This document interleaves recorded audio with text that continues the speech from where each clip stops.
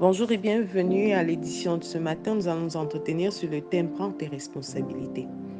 Et les passages que nous allons examiner sont tirés du livre de Deutéronome, chapitre 11, versets 22 à 23. Il est écrit: Car si vous observez tous mes commandements, tous ces commandements que je vous prescris, et si vous les mettez en pratique, pour aimer l'Éternel votre Dieu, pour marcher dans toutes ses voies et pour vous attacher à lui, l'Éternel chassera devant vous toutes ces nations.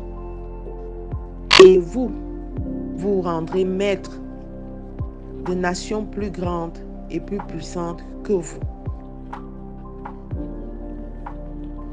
Le Seigneur est en train de parler ici aux descendants d'Abraham qui veulent aller vers la terre promise 600 ans après l'expérience de la rencontre d'Abraham et après que Abraham ait reçu la promesse du Seigneur.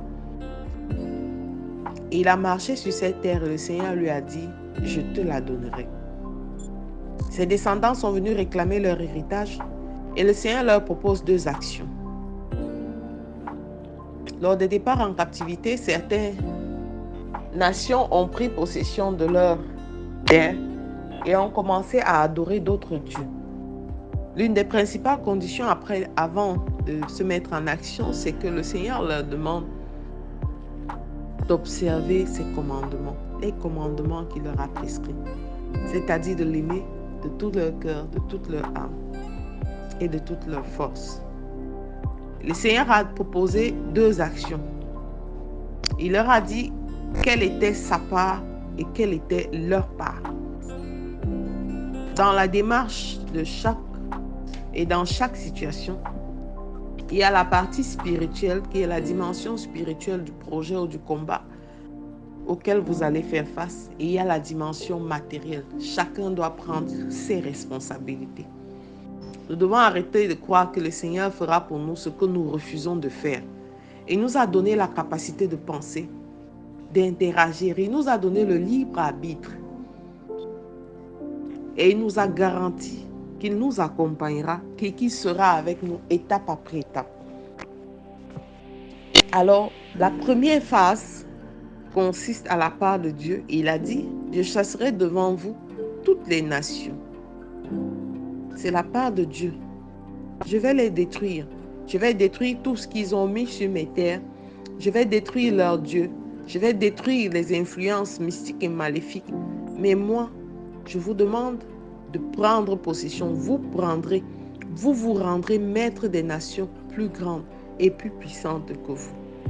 Alors le Seigneur garantit à son peuple la destruction sur le plan spirituel. Le Seigneur leur garantit la victoire. Tout comme toi dans ta bataille, dans le conflit auquel tu fais face. La parole de Dieu dit qu'il fait de nos combats ses combats.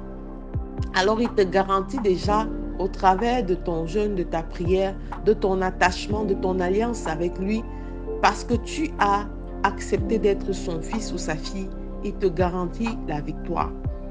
Parce que tu as accepté d'observer ses voies et de marcher selon ses commandements, il te garantit aujourd'hui la victoire. Il te garantit de renverser les principautés et toute la puissance démoniaque, toutes les forces démoniaques qui agissaient contre toi. Mais maintenant, voilà ta responsabilité. Vous vous rendrez maître.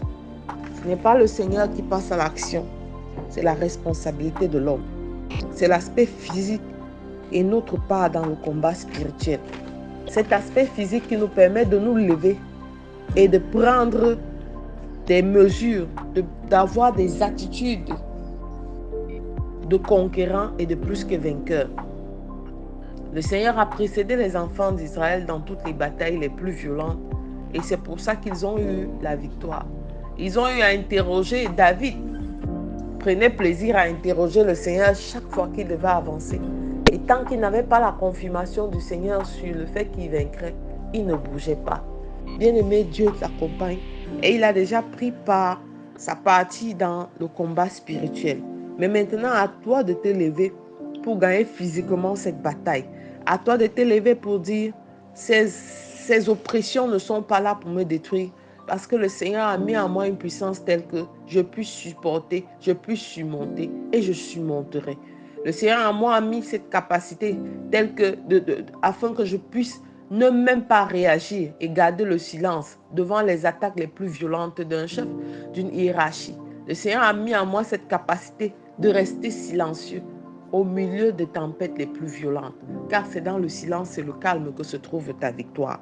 Bien-aimé, après avoir prié, tu dois te lever, passer à l'action, aller affronter la vie, aller affronter le marché, aller affronter les affaires, aller prêcher l'évangile, chacun selon son domaine d'activité. On ne prie pas.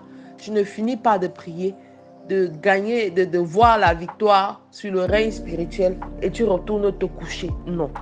Prends tes responsabilités dès ce moment et va saisir la partie qui te concerne. Prends tes responsabilités et va te rendre maître des nations plus grandes et plus puissantes que toi, parce que le Seigneur te les donne et le Seigneur a déjà gagné pour toi. Il a renversé le Goliath de ta vie. Il a mis à nu tous les plans enflammés de l'ennemi contre toi. Il a détruit tout ce qu'ils avaient mis comme dispositif pour t'empêcher d'émerger, d'avancer. Mais maintenant, lève-toi. Il est temps pour toi de réagir ce matin. Il est temps pour toi de dire assez, c'est assez. L'année est en train de s'écouler, bien-aimé. Quelles sont les actions que tu as eu à prendre de manière personnelle? Avec quelle audace as-tu affronté les défis de la vie? Alors, je te recommande de faire cette prière. Père éternel, merci de combattre pour moi sur le plan spirituel. Merci pour toute la victoire que tu me donnes à chaque moment. Donne-moi les capacités de me lever physiquement pour pouvoir prendre possession de cet héritage que tu as mis à ma disposition. Au nom de Jésus-Christ, nous avons prié. Amen, amen, amen. Je suis la révérende Songa Antoinette. Je vous souhaite de passer un excellent week-end. Shalom.